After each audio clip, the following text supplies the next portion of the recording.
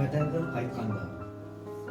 Aldıratmay turgun meni kirakesh, unutsizmu içim tutib ko'nglim g'ash. Qiynavalay havosiga vatanning, bisilsin sen yurakdagi o't ateş. Chidolmayman, kattiq chapsan, bol deysan. Vaqt degan hazır qizil pul deysan. Baş ağrıydı, mun bir türlük oylada. Ha elbette, bunu sen bilmeysen. Tapalmasdın cinimni joy qo'yarga, ko'ngil zadi, unumidi qiyarga. Qerindishim, bergin manga 1%, endi qachon keliman bu diyarga. Xo'shishqa vaqt kelgan kun bugun, sukut saqlab, jimjit qaday un bugun. Ko'kni quyosh nurin chijib tursin-o, qalb osmonim bulut yotgan tun bugun.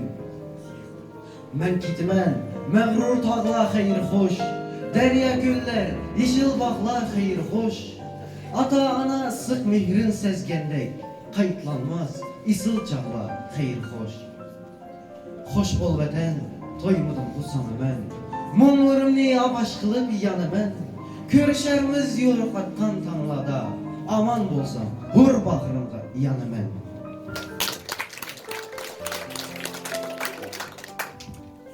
Assalomu alaykum hurmatli ustozlar. Assalomu alaykum bugungi kunda kelgan mehmonlar. Assalomu alaykum dada. Mening dadamning birinchi yozgan she'rining nomi Xarita oldidagi o'ylar.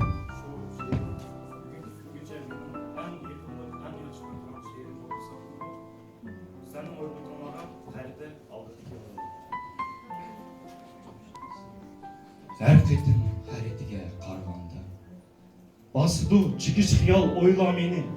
Bir-birlep döletlerini sanğanda. Yoqdek qıla bileyim. Şu çağda gayip avaz verdi cevap. Bir yok, xeyli oldu, yoqap ketdi. Almaşdı, netçi bahar, netçi kış yaz. O elini xaritini mehrum etti. İşgal etti, yerini tartıp aldı. Alemde bir memleketler yok oldu. Azaplıdı halkını zulüm saldı. Basqınçılık kelgindi. O elin şundun buyan müşkül adı. Toxtumay şormaqda sülükler kan. Az kaldı çıdamay canına can. Çıkışqa erkinlikке olmayında. Qedimda namı uluq meşhur idi. Köklügen yecil kanti onun bəxti. Bu elin talay dölekliğinin yedi. Hazır bayrağıma yoktu. Hazır mı özgürüşsüz xarita? Hemminin jürügüde uluq niyet.